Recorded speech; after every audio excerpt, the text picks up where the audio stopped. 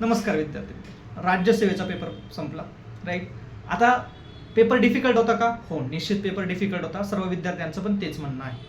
त्यानंतर जागा वाढणार आहेत का? सर्वजण चर्चा करत आहे जागा वाढतील. ह्या दोन्ही गोष्टी अनालिसिस केल्या तर निश्चितच कट ऑफ कमी येईल असं प्रिव्हियस इयरपेक्षा असं वाटतं. याच्या पलीकडे डिस्कशनच्या नादी लागू नका. आता त्यांनी काही होणार नाही. अँसर की आल्यानंतर अँसर की चेक करा आणि बाकी रेस्ट अशोर राहा.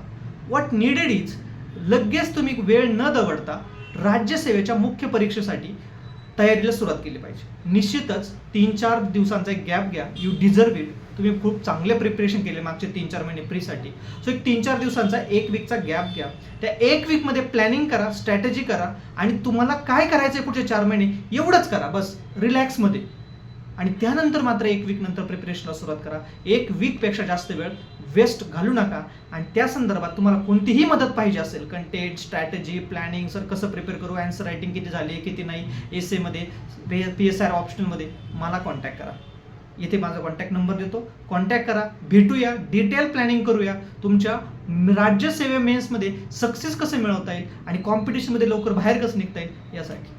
ठीक आहे, थँक्यू.